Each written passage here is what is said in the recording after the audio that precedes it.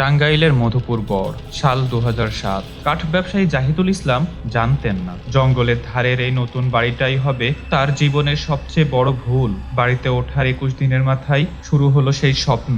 এক মুখহীন ছায়া, হাতে শুধু একটা কালো সুতো পাকিয়ে যাচ্ছে। একদিন স্ত্রী রিনা উঠান খুঁড়ে পেল এক অদ্ভুত পুটলি, ভেতরে মানুষের চুল, পোড়া সুতো আর জাহিদের নাম। এরপর থেকেই জাহিদ ঘন্টার পর ঘন্টা আয়নার সামনে দাঁড়িয়ে বিড়বিড় করত, থামো, ও এখনো যায়নি। সবচেয়ে ভয়ঙ্কর রাতটা ছিল ১৪ই সেপ্টেম্বর। ঘড়িতে তখন ৩টা ১০। জাহিদ হঠাৎ চিৎকার করে উঠল, ও ও আমার পায়ের কাছে বসে আছে।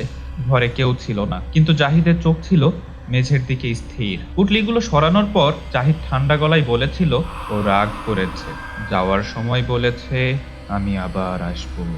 জাহিদ বাড়ি ছেড়ে পালিয়েছে, কিন্তু আজও মধুপুরের সেই পরিত্যক্ত বাড়িতে রাতে আলো জ্বলে।